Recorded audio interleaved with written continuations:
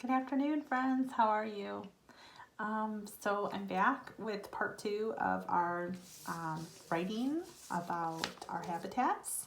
And Miss Isham's habitat that I chose was the ocean. If you remember in my first part of the video, I decided to do a cover page for my book. You don't have to do it in a book. Again, you can just do it on a piece of paper, but I do want to hear a little bit about your habitat. And we got to practice that writing. So I introduced last week my chart for how I think about how to be a good writer. And I said that number one, I had to start by thinking about what I wanted to write about. That was pretty easy because I picked my habitat, which was the ocean. Then I had to draw, and I wanted to draw my ideas down.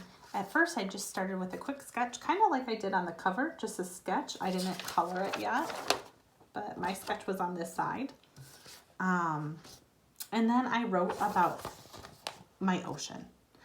And if you remember, I wrote, an ocean is filled with salt water. And then I went back after I did my writing and I colored my page. And I added any details I wanted, like the fish and the bubbles and the birds and the clouds. And then I edited my work. That meant I went back and I reread what I wrote.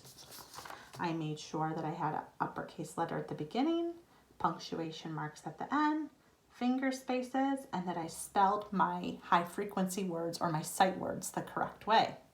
So now I'm ready to move on to my second page about my habitat. So go ahead and follow me. I'm going to get my things together that I need. So Miss Isham's going to reach back over here because, oops, sorry friends. Miss Isham is getting a new clip for her phone that records me, and hopefully it comes soon so I don't fall anymore. But I might fall a couple times during this. Need to make sure I have my writing utensils, so I need my pencil in front of me and my crayons for my next part. So okay, let's get started. Okay, friends, so this is when it gets interesting because I don't have my girls hopping right now. They're doing homework. So, and I don't have anybody to hold the camera for me. So we're going to move on to our next part of writing. And we're going to look at our writing checklist that I told you Miss Dennett sent us. Okay, and I'm going to take a picture of this and send this to Mom and Dad. So, for our next part of our writing, I want to think of another fact about the ocean. A fun fact that I know about the ocean is that the ocean has plants in it. And some of the plants that the ocean has is seaweed, or we learned about coral in some of our habitat videos. So I'm going to draw some seaweed and I'm going to draw coral in my ocean today. So that is going to be my second fact about my ocean. So I'm going to turn my page. And I have to start. This is what my thought was, that I would start with what plant. So now I'm going to draw my quick sketch. Okay. So I'm just going to do that for a minute and then I'll show you it.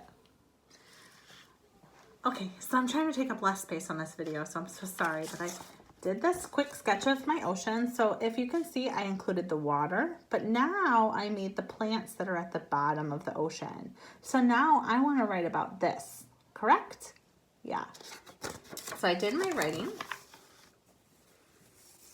I did my drawing. So I thought about what I wanted to draw and write about.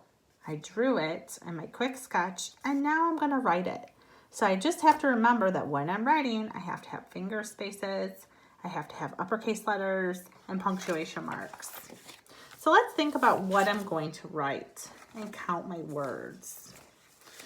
So I want my next fact to be about my ocean. So I'm going to say, an ocean has plants called seaweed. Okay, seaweed is one word. It's a compound word. That means it's two words pushed together. Seaweed, seaweed. It's just how many syllables? 2. Seaweed. But it's two words pushed together. Sea and weed make one word.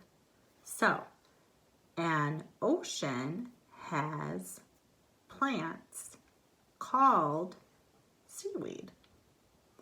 And then I stop my sentence. How many words is that?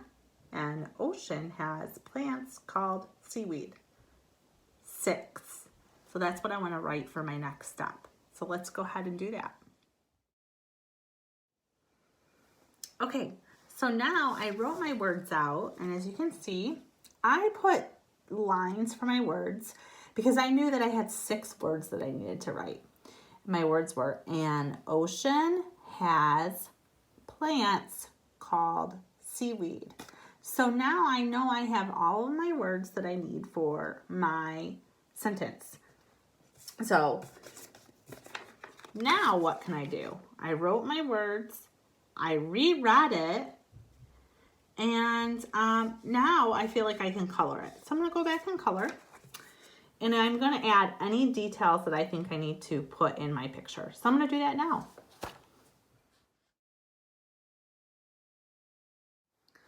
Okay, so now I've colored my ocean, but I've decided, I need to add some details. I want to add those fish in there. And I said that an ocean had coral in it too. Coral is like a plant that lived long ago and kind of hardened to the bottom of the ocean, and it makes great homes for all of the fish to live in and all the different ocean animals. So I think it's important to add that to the bottom. So I'm going to do that now. Okay, so I finished drawing my picture. I added in my details. I have the ocean. I have my fish now. I put my seaweed, and I added some coral at the bottom. And I said I wanted to add that to my writing. So I'm going to use my writing checklist to make sure and read over what I have written. It says, start the sentence with a capital letter. Did I do that? Yes, I did. I started my sentence with a capital letter. Do I have spaces between my words? It does look like Mrs. Shum remembered to put her spaces. Punctuation mark at the end of my sentence. Well, An ocean has plants called seaweed. But wait a minute, I wanted to add something to my story, right? So I said I wanted to say and seaweed. So an ocean has plants called seaweed. Don't have room, I have to come down. And coral. That's 2 more words I want to add. So I'm going to add my lines, and I'm going to write and I know how to spell that. That's one of our sight words. And, A-N-D, coral.